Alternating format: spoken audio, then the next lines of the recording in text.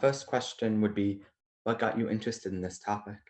What affected me on a personal level was probably what happened to Oscar Grant at Fruitvale Station, BART. I was actually on that train on New Year's Eve, and we were coming back from San Francisco, and we were just at the station for so long. I mean, nobody on the train knew what was actually happening. We were just there, and then you hear the shots fired, and then you finding out what happened like the next day, and it was obviously deeply upsetting, and just following the case with that being close. And I think the officer involved may have gotten like 2 years, but it was still the same thing of like, oh, I thought I was grabbing my taser, even though we had seen him. I don't know why that would even be necessary. I mean, he was, handcuffed on the ground anyway. And then after that, and you're like, oh, that seemed like a weird one-off, or like, oh, that's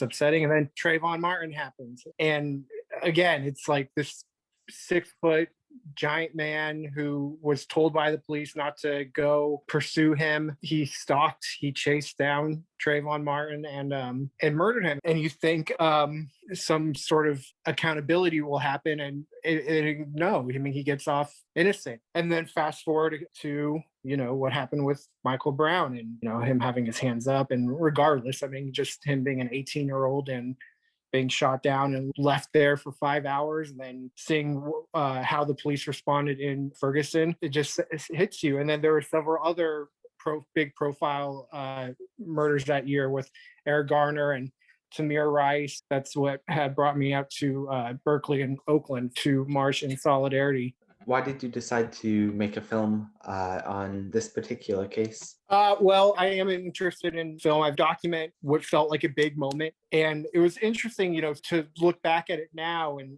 obviously in light of things, 7 years later. And that was the year that Black Lives Matter had even like been created, like institutionalized around 2014. And what kept me bringing the cameras for each protest, I loved, people get really creative with the signs that they make. There's a lot of music. There's a lot of camaraderie. Obviously it's a very painful reason why everyone is there, but it's very cathartic at the same time. There's still a lot of like rhythm. There's still a lot of,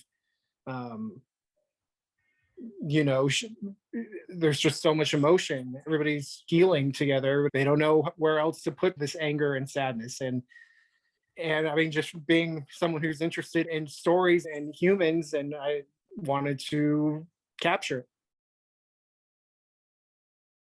George Floyd was another case who was killed, and the main officer responsible was just declared guilty an hour or two ago. The alternative of it being him not convicted or convicted, it's obviously good that he's convicted. But again, I mean, it's, every state had visuals and protests. There was even international protests. There were so many like months on end of real agony, real sadness, real trauma. Cities caught fire. Police were still out beating protesters. And we all saw the murder. We saw the second the videos were uploaded by that brave girl that like he was guilty. And just this whole year of just agonizing and stressing over like if the state will see it as being guilty or not. So obviously, I'm glad that they did, that the jury did, but there's still so much more left to do.